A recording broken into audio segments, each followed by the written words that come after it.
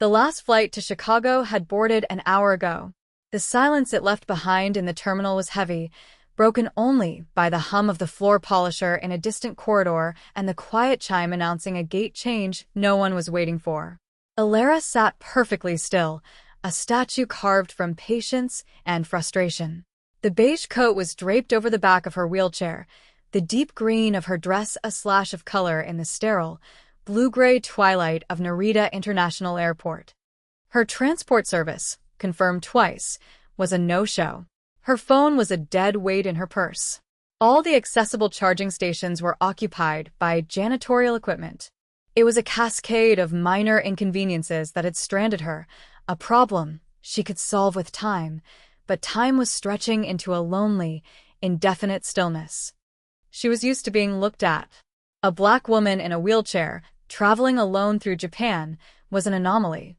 But the evening exodus had drained the halls of curious eyes, leaving her in a bubble of unwelcome solitude.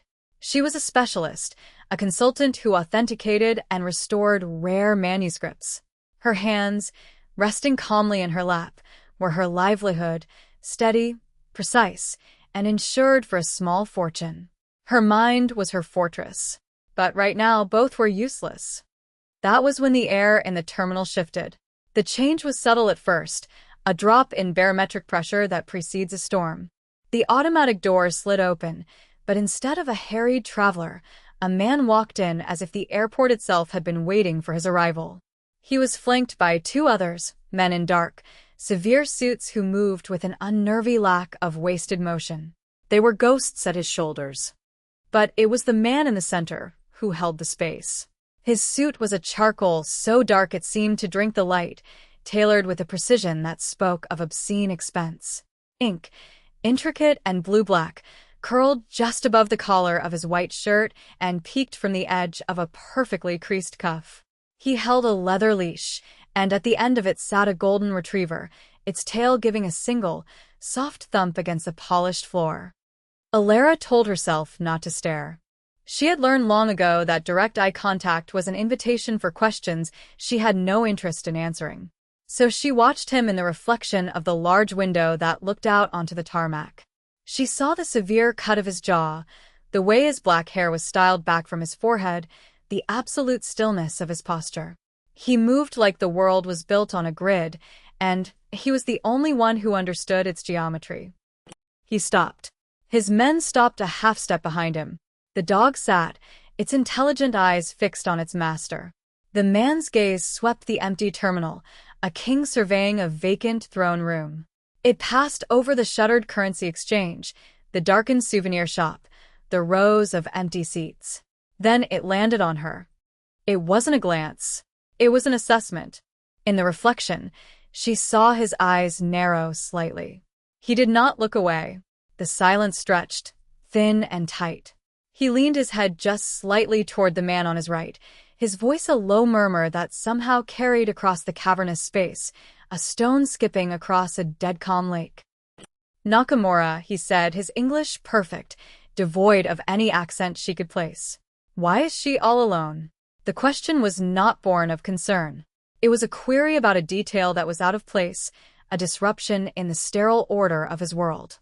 Before the man named Nakamura could answer, before Allure could even process the chilling dispassion in his tone, the world exploded.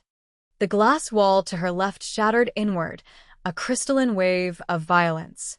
The sound was a physical blow, a deafening roar that stole the air from her lungs.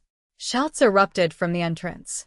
3 men, dressed in black tracksuits, brandishing knives, rushed into the terminal. The attack was sudden, chaotic, and aimed directly at the man with the dog. Allure's training, the endless drills from her physical therapist on how to protect her head and neck, took over. She ducked as low as her body would allow, her arms coming up to shield her face. But her paralysis made her a fixed point in a world suddenly thrown into violent motion. The man's 2 guards moved with a terrifying, surgical speed. They were not brawlers, they were instruments of force. One met the first attacker with a movement so fluid it was almost beautiful, ending in a sickening crack of bone. The other intercepted the remaining 2, a whirlwind of precise strikes. But the man himself, the one who had noticed her, was the epicenter of the calm. He did not flinch. He did not shout. He simply dropped the leash. "Katsu. Stay," he commanded, the word a blade. The dog whined once but remained seated, a perfect golden statue amidst the chaos. Then he moved. He flowed toward the nearest attacker, the one engaged with his guard, and his hand shot out, not in a punch, but as an open palm to the man's throat. It was a single, deliberate, and utterly final gesture. The attacker crumpled. In that same instant, a fourth man appeared, materializing from a service corridor near where Allure was frozen. He was closer. He ignored the main fight, his eyes locked on the boss, a long, thin blade in his hand. He was a flanking maneuver, the real threat. And Allure was directly in his path. She saw the glint of the knife, the manic intensity in the man's eyes. There was no time to move, no space to escape. But before the attacker could take 2 steps, the boss was there. He had crossed the 10 feet of open floor in a blink, his body a shield between her and the blade. He didn't even look at her. His focus was absolute. He caught the attacker's knife hand by the wrist, the motion smooth, practiced. There was a twist, a sharp cry of pain from the attacker, and the knife clattered to the floor. The boss's other hand came up, and the fight was over. It was silent, brutal, and swift. The entire event lasted less than 20 seconds. The terminal fell silent again, the only sounds the ragged breathing of the surviving guard and the soft panting of the dog. The 4 attackers were down, unmoving. The man straightened his suit jacket. He adjusted his cuffs. He turned, and his eyes, as dark and cold as the space between stars, landed on her. She had seen everything, every precise, lethal movement, every flicker of absolute control. She was a witness, a loose end. He walked toward her, his footsteps echoing in the blood-scented silence. He knelt, not in supplication, but to bring his face level with hers. Up close, she could see a single, thin scar that cut through his left eyebrow. She smelled the scent of expensive cologne, something with notes of sandalwood and smoke. "You saw this," he stated. It was not a question. Allure's heart was a frantic drum against her ribs, but her voice, when it came, was steady. "I did."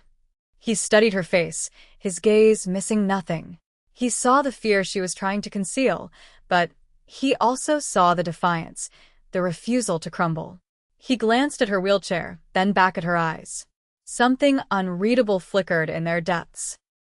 "My car is outside," he said, his tone leaving no room for argument. "You are coming with me." He rose, retrieved the leash, and gave a quiet command in Japanese. The guard named Nakamura, his face grim, approached her. He did not offer a hand. He simply began to push her wheelchair toward the exit, his movements efficient and impersonal. The boss, Ryo Ishikawa, walked ahead, the golden retriever trotting calmly at his side, leaving the carnage behind for others to erase. Allure was no longer stranded. She was captive. The penthouse was a cage of glass and steel suspended over the glittering expanse of Tokyo. From this height, the city was a silent, sprawling galaxy of light. It was beautiful and remote, a perfect reflection of the man who owned it. Ryo Ishikawa had not spoken another word to her since the airport. He had installed her in a guest suite larger than her entire apartment back in Chicago, a room of minimalist luxury with a bathroom that was a marvel of accessible design. It was clear he was prepared for any contingency, even a paralyzed witness. For 2 days, she existed in a state of gilded imprisonment. Meals appeared on a cart outside her door. A silent housekeeper assisted her with what she couldn't manage on her own. Ryo was an absence, a ghost in his own home. She learned his name from a financial journal left on a coffee table, his face staring coolly from the cover. He was the head of the Ishikawa Gumi, a Yakuza clan whose legitimate businesses were merely the pristine skin over a body of crime and violence. She was not afraid, not in the panicked, helpless way he probably expected. She was a problem solver. Her life, since the accident that had taken the use of her legs 5 years ago, had been an exercise in logistics and adaptation. This was just a more dangerous variable.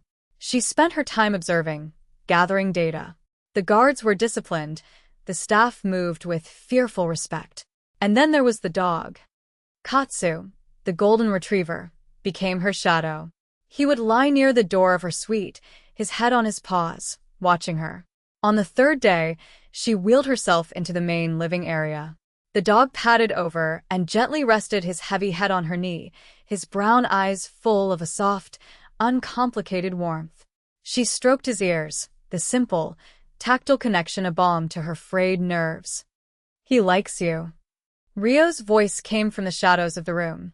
He stepped into the light, dressed not in a suit, but in simple black trousers and a gray cashmere sweater. The casual attire was somehow more intimidating. It made him seem less like a symbol of power and more like a predator at rest. "He has good taste," Allure replied, her voice even. She did not stop stroking the dog. Rio watched the interaction, his face a mask of neutrality. "He does not like many people." "Perhaps I'm not like many people."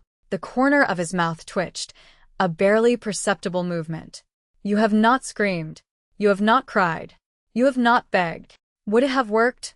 she asked, looking up to meet his gaze directly. The question seemed to hang in the air between them. He considered it, his head tilted slightly. "No," he admitted, "but it is the expected response.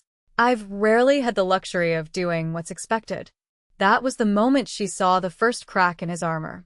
A flicker of something dark and painful crossed his features before it was suppressed. He looked away from her, toward the window and the city below. "Her name was Akemi," he said, his voice quiet, stripped of its command. "She was my partner. She also refused to do what was expected." Allure remained silent, letting him speak. "I try to keep her safe. This world, it requires rules. Discipline. I built walls around her to protect her, but she saw them only as a cage. She fought my protection at every turn, calling it control, his hands clenched into fists at his sides. She was fiercely independent, stubborn.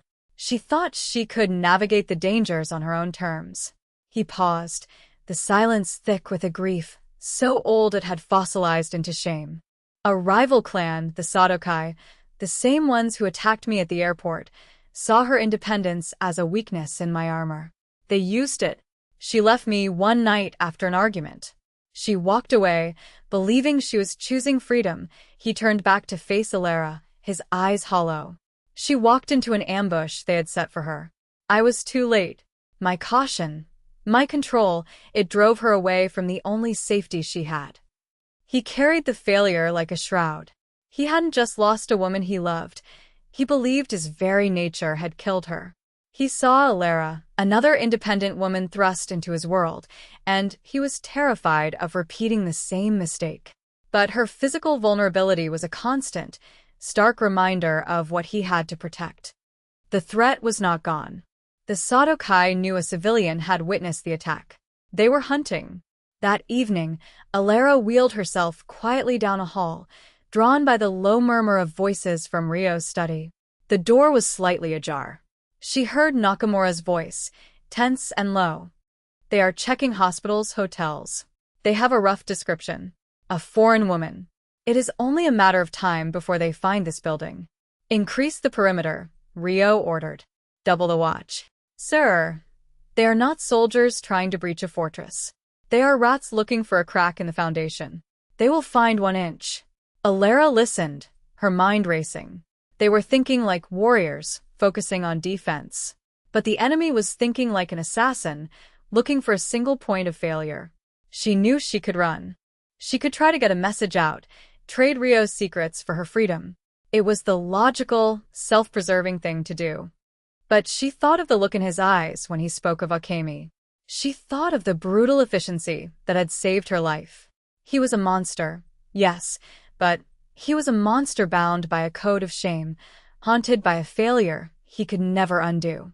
Leaving now would mean walking into the path of the Sadokai. Staying meant trusting him. She made her choice. She pushed the door open. Both men turned, startled. Rio's face hardened. "This does not concern you," he said, his voice cold iron. It concerns me if they find me, she countered, wheeling herself further into the room. You're thinking about defense. You need to think about misdirection. You're protecting the building, but you should be protecting the information. You need to leak a false location somewhere on the other side of the city. Send them on a chase. She laid out the logic, the specific type of location, the method of the leak, with the same precision she would use to describe the provenance of a 14th-century manuscript. Nakamura stared at her, stunned into silence. Ryo's eyes narrowed, not with anger, but with a sharp, analytical focus. He was seeing her for the first time, not as a woman, not as a liability, but as a strategist. He walked toward her until he was standing directly in front of her chair. The sheer size of him was overwhelming. Then he did something that shattered his entire persona of command. He knelt, resting on one knee, bringing himself to her eye level. The scent of sandalwood and smoke was there, but now was mixed with the faint, clean smell of iron from a freshly laundered shirt. His proximity was a physical weight, a pressure against her skin. He studied her face, his gaze intense, searching. The silence was absolute. You are not like her, he said, and his voice was rough with an emotion she could not name. Akemi had fought his world. Allure was learning to navigate it. That, he was beginning to realize, was a far more dangerous quality. The plan worked. Ryo's men leaked information about a foreign witness being held at a safe house in Shinjuku. The Sato-kai took the bait, diverting their resources, giving Ryo the breathing room he needed to reinforce his own territory. For a few days, a tense calm settled over the penthouse. Ryo began to seek her out, not to interrogate her, but to talk. He would find her in the living area overlooking the city and simply sit, the silence between them comfortable. He asked about her work, about the intricate art of restoring what time had tried to destroy. He spoke of his own world, not of the violence, but of the structure, the oaths, the weight of a legacy. It was a slow, cautious exchange of truths. But the peace was an illusion. The Sato-kai were not fools. When their raid on the Shinjuku safe house turned up empty, their leader, a ruthless man named Kenji Sato, knew he had been played. His response was not tactical, it was personal. He would bring the war to Ryo's front door. The attack came at dusk. There was no warning. The windows of the penthouse, designed to withstand a typhoon, suddenly imploded. Men in black tactical gear rappelled down from the roof, crashing into the living room. The assault was swift and overwhelming. Ryo's guards were good, but they were outnumbered. Ryo was across the room when it happened. He moved instantly, a blur of motion, shoving a heavy marble table on its side to create a barrier. Ilera, he roared, his voice cutting through the gunfire and shattering glass. She was exposed. One of the attackers saw her, a stationary target. He raised his weapon. In that split second, Ilera saw Ryo's face. She saw the raw, primal terror in his eyes, the ghost of Akemi's failure rising to claim him again. He launched himself toward her, his body a shield, ready to take the bullets meant for her. But she was not helpless. Her mind was her weapon. Her luggage had been brought to her room, and in it was a small, unassuming kit of chemicals she used for paper preservation, solvents, bleaches, fixatives. Things that, when mixed, were highly volatile. While Ryo and his men met the frontal assault, she had been thinking about contingencies. As Ryo flew toward her, she wheeled herself backward with a powerful shove, grabbing a heavy glass vase from a side table. "The curtains!" she yelled. He didn't understand, but he trusted her. As he provided covering fire, one of his men ripped the heavy silk curtains from the wall. She directed him to douse them in the 2 chemical agents she pointed to from her case. It was an act of pure, desperate genius. An act of arson. A line she was crossing without a second thought. The resulting fire was not large, but it was instantaneous and produced a thick, acrid smoke that filled the room in seconds. The building's state-of-the-art fire suppression system kicked in, alarms blaring, sprinklers activating, creating chaos and confusion that Ryo's men immediately used to their advantage. The tide of the battle turned. When it was over, the penthouse was a wreck of shattered glass, pockmarked marble, and water damage. The alarms were silent, the sprinklers off. Rio stood over the last of the fallen attackers, his breathing harsh. He was untouched, a testament to his lethal skill. He turned, his eyes finding her through the haze. She was soaked, her hair plastered to her face, but she was alive. She had saved them. He walked over to her, his steps deliberate on the wet floor. He stopped and looked down at the scorched patch of priceless rug where her fire had started. "That was reckless," he said, his voice flat, emotionless. "It was necessary," she replied, her own voice shaking slightly from the adrenaline. He looked from the scorch mark to her face. He reached out and tucked a stray strand of wet hair behind her ear.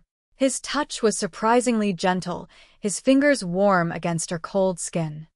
"I have built an empire on necessity," he said, his voice dropping to a low, intimate murmur that was just for her. "But I have not felt a moment's peace in a decade. Until I watch you think." It was not a declaration of love. It was a confession, something far more dangerous. It was an admission of what she had become to him. Not a liability, not a ghost of his past, but an anchor in the storm of his life. The failed assault broke Kenji Sato. He had lost his best men, lost face. He could no longer win a direct war. So he changed his target. He couldn't get to Rio's body, so he would attack his soul. He had his people dig, and they found her. Allure Vance, a respected archivist from Chicago. A woman with a spotless reputation and a burgeoning career. 2 days later, the story broke online. A carefully worded article, sourced from anonymous insiders, detailing how an American specialist was being held by the infamous head of the Ishikawa Gumi. It painted her as a collaborator, a willing participant. It mentioned her professional credentials, her university, her mentors. In a single, calculated stroke, Sato destroyed her life. Her phone, now charged, buzzed with notifications, emails from her university board, messages from horrified colleagues, a termination notice from her consulting firm. She was a pariah. The world she had built for herself, the life she had planned to return to, was gone. It had been burned to the ground, and Rio Ishikawa was the one holding the match. She sat by the window, watching the city lights blur through unshed tears. She was no longer a captive. She was an exile. There was nowhere left to run. The war had to end. The destruction of Allure's life was a final escalation Rio could not tolerate. It was a move that had crossed from clan business into something deeply personal. He would not allow Sato to touch her world, even if that world was now a field of ashes. He began to plan the final confrontation, a decisive strike to decapitate the Sato Kai leadership. He intended to leave her in the penthouse, surrounded by his most trusted men. It was the logical, protective instinct, but she would not have it. "You'll leave me here?" A target. She challenged him in his study, her voice sharp with an indignation that overshadowed her grief. "Sato attacked my reputation because he couldn't get to my body. What do you think he'll do when he knows you've left me here alone?" "You will not be alone. You will be safer here than anywhere in the city," Rio countered, his jaw tight. He stood behind his large mahogany desk, the picture of unmovable authority. "Your idea of safety is a cage, Rio. You told me so yourself. It failed you once. The use of his name, and the mention of Akemi, was a deliberate blow." She saw him flinch. "I am not your past failure. And I am not a liability. I am an asset." She wheeled herself around the desk, invading his space, forcing him to look down at her. "I've been studying them. Your enemy. I've read every report your men have compiled. I see patterns. Sato is predictable. He's arrogant. He believes he's smarter than you. His arrogance is the weakness you can exploit, but you're too close to it to see it clearly. I can." He looked at her, at the fire in her eyes, the fierce intelligence that burned away any trace of victimhood. She was right. His own history with Sato, the years of rivalry, had blinded him to the simplest flaws in his enemy's character. She saw him not as a rival, but as a problem to be solved. "What do you propose?" he asked, his voice a low rumble. "I come with you," she said, her voice unwavering. "Not to the fight, but to the command post. Let me be your eyes. Let me analyze the data in real time. I can see the move he's going to make before he even knows he's making it. It was an insane request. To bring a civilian, a woman in a wheelchair, to the precipice of a Yakuza war. But he looked at her, and he saw not a weakness, but a weapon his enemy would never anticipate. He gave a single, sharp nod. The confrontation was set for a neutral ground, a vast, decommissioned fish market by the Tokyo Bay, a maze of empty stalls and echoing warehouses. Ryo and his men went in to meet Sato face-to-face, a supposed truce negotiation. Allure was positioned in a van a quarter-mile away, surrounded by technicians, with a live feed from micro-cameras on Ryo's men and a direct, encrypted audio linked to him. The negotiation was a trap, just as she had predicted. Sato had more men hidden, snipers in the rafters. But Allure, watching the heat signatures on a thermal feed, saw them before they could get into position. Rafters. North warehouse. 4 of them. Her voice came, calm and clear, through Ryo's earpiece. His men moved, neutralizing the threat before it ever materialized. The fighting was brutal and swift. But Sato had one last card to play. He had rigged the main warehouse with explosives, and he held the detonator. He had Ryo cornered, forcing him to a stalemate. "It's over, Ishikawa," Sato yelled, his face a mask of triumphant madness. "We all die together." Through his earpiece, Ryo heard Allure's voice, no longer calm, but sharp with command. "He's trying to make you a martyr. Don't let him. The trap isn't the bomb, it's the stalemate. He's buying time." Time for what? Ryo breathed, his eyes locked on Sato. "Escape. His boat. It's docked at Pier 4. He's going to detonate and run in the chaos. I've been tracking his lieutenant's phone. It's already moving toward the pier." She paused, and her next words were not a suggestion, but an order. "I'm initiating Protocol Kage. Seal the bay." Protocol Kage was a contingency she had devised, a silent call to a corrupt Port Authority official on Ryo's payroll.